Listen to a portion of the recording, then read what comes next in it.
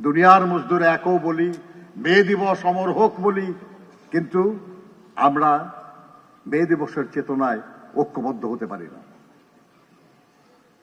বন্ধুরা আমার, মে দিবসের আন্দোলনকে সফল করার জন্য সেই নেতৃবৃন্দ তারা গান গেয়ে মিছিল করেছেন। যে কারখানায়, জুতা কারখানায় 8 ঘন্টার দাবি মানা হয়েছে, শ্রমিকরা ওই কারখানার জুতা পরতো, বলতো এটা হলো 8 ঘন্টা জুতা। যে চুরুট কারখানার শ্রমিকরা মালিক 8 ঘন্টা দাবি মেনেছে, শ্রমিকরা ওই কারখানার চুরুট ছাড়া আর কিছু কিনতো না, বলতো এটা 8 ঘন্টা চুরুট। অর্থাৎ দাবিকে জনপ্রিয় করার জন্য ক্রমাগত চেষ্টা করে যেতে হয়, হঠাৎ করে হয় না।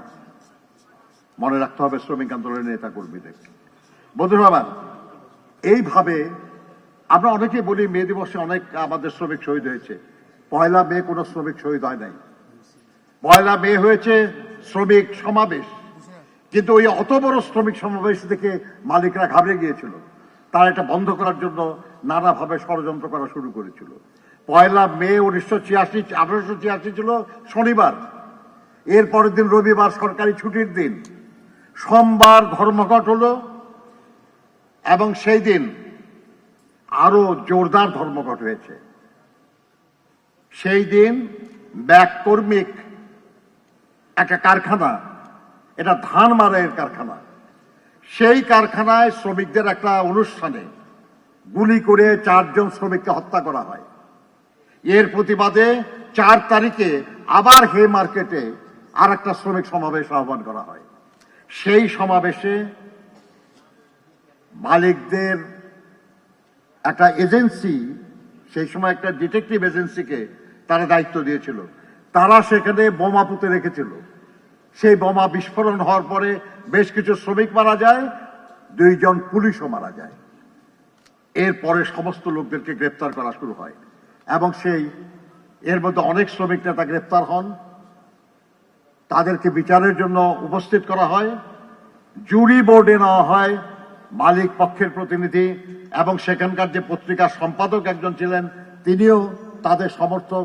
এদেরকে যে জুরি বোর্ড গঠন করা হয়, বিচারের নামে প্রহসন করে ফাঁসি দেওয়া হয় শ্রমিক নেতাদের। যখন এই বিচার চলছিল তখন আলবার্ট পার্সন্স, আরেকজন বড় নেতা ছিলেন শ্রমিকদের, তিনি গ্রেপ্তার হন নাই, কিন্তু বিচার চলাকালে তিনি আদালতে হাজির হলেন এবং তিনি বললেন, আমার নিরপরাধ সাথীদের সাথে একই ভাগ্য বরণ করার জন্য আমি আদালতে হাজির হয়েছি। বন্ধুরা আমার, এরা হলো শ্রমিক নেতা। শ্রমিকদেরকে বিপদে ফেলে, সাথীদেরকে বিপদে ফেলে তারা পালিয়ে যান নাই, তারা নিশ্চিত মৃত্যু জেনে হাজির হয়েছেন সাথীদের সাথে একই ভাগ্য বরণ করার জন্য। এটাও মহান মে দিবসের শিক্ষা। যারা শ্রমিক নেতা হবেন তারা শ্রমিকদের রেখে, সহকর্মীদের রেখে পালিয়ে যাবেন না, হাজির হয়ে যাবেন। সেখানে ফিশার একজন নেতা ছিলেন, একের ভাষার নাম শুনেই বুঝবেন বিভিন্ন দেশের মানুষ তারা। তাকে যখন ফাঁসির রায় ঘোষণা করা হবে সেরকম সময়ে তিনি আদালতে দাঁড়িয়ে বলেছিলেন যে আপনারা অগ্নিস্ফুলিঙ্গের উপর পা রাখতে যাচ্ছেন, আপনারা জবরদস্তি করে আমাদের কণ্ঠ রোধ করতে চাচ্ছেন, কিন্তু এমন একদিন আসবে যেদিন শুধু আমাদের কণ্ঠ শোনা যাবে, আপনারা কেউ ইতিহাসের অংশ হতে পারবেন না। তাই হয়েছে বন্ধুগণ, আজ এই মুহূর্তে বিশ্বের অসংখ্য দেশে তাদের নাম উচ্চারিত হচ্ছে, কিন্তু যারা তাদেরকে ফাঁসিতে ঝুলিয়েছিল তারা শুধুই ঘৃণার পাত্র হয়েছে। এটা ইতিহাস, এটাই যুগে যুগে হয়েছে, এটাই যুগে যুগে হয়। বন্ধুরা আমার, আজকে সেই ইতিহাসকে ধারণ করে আমরা মহান মে দিবস উদযাপন করছি। কার জন্য? এই শ্রমজীবী মানুষের জন্য। আর সেই শ্রমজীবী মানুষের কল্যাণের জন্য সারা জীবন কি শুধু আমরা মিছিল করব, মিটিং করব, লড়াই করব, ফ্যাসাদ করব, জীবন দেব, সারা জীবনেই তাই করব? রক্ত দিয়ে স্বাধীন বাংলাদেশেও কি আমরা তাই করব? না বন্ধুগণ, আমরা অবশ্যই আমাদের কল্যাণ চাই, আমরা অবশ্যই আমাদের ভাগ্যের পরিবর্তন চাই, আমরা অবশ্যই আমাদের ন্যায্য মজুরি চাই, আমরা অবশ্যই আমাদের সুস্থ স্বাস্থ্যকর কাজের পরিবেশ চাই, সবই আমরা চাই। কিন্তু তা আমাদের আদায় করতে হবে